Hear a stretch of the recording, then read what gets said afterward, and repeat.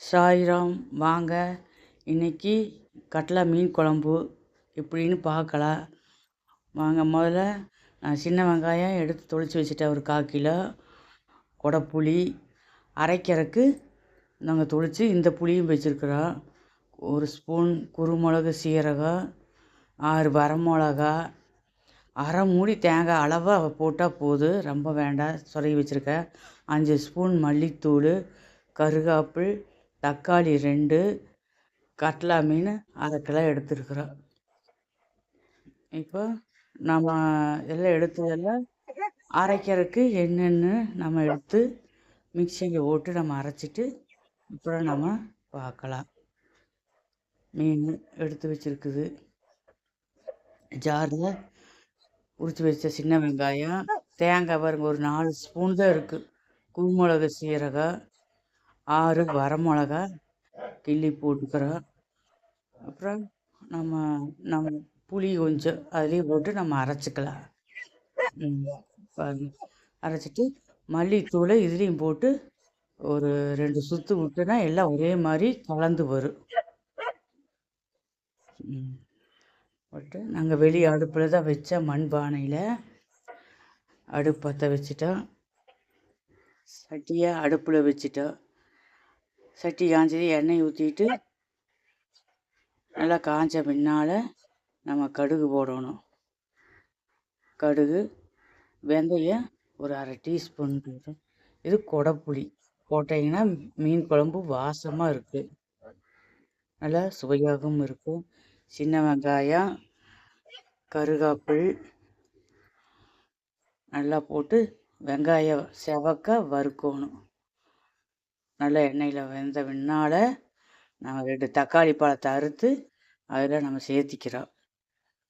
சேர்த்திட்டுனால அரைச்சிட்டு வந்த மிளகா ஒரு குண்டாவில் போட்டு அளவான தண்ணி ஊற்றி பொருள் இல்லாமல் நம்ம கரைச்சிக்கிறோம்.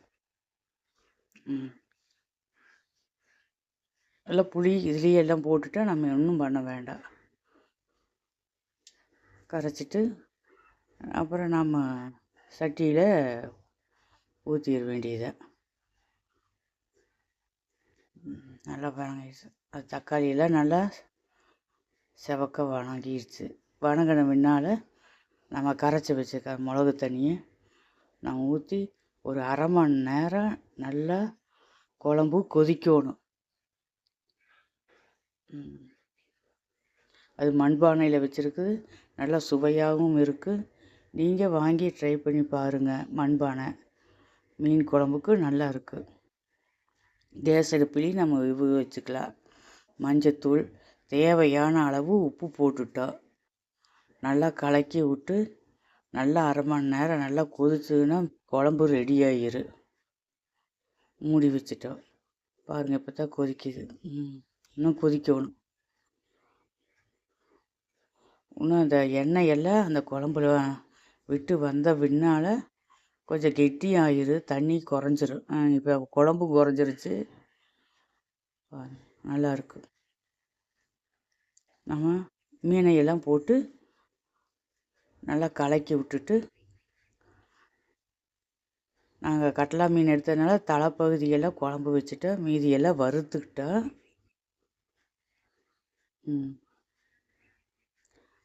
போட்டுட்டோம். நீ தீயை கம்மி பண்ணிவிட்டு மூடி வச்சிடலாம். பாருங்கள், எண்ணெயெல்லாம் அதுலேருந்து வந்துடுச்சு, குழம்பு கெட்டியாயிடுச்சு. எப்படி இருக்குன்னு பாருங்கள். நீங்களும் செஞ்சு பாருங்கள், கமெண்ட் பண்ணுங்கள், லைக் கொடுங்க. வச்சுட்டு நாங்கள் அன்றைக்கி மதியான சாப்பாட்டுக்கு நாங்கள் ரெடி பண்ணிட்டோம்.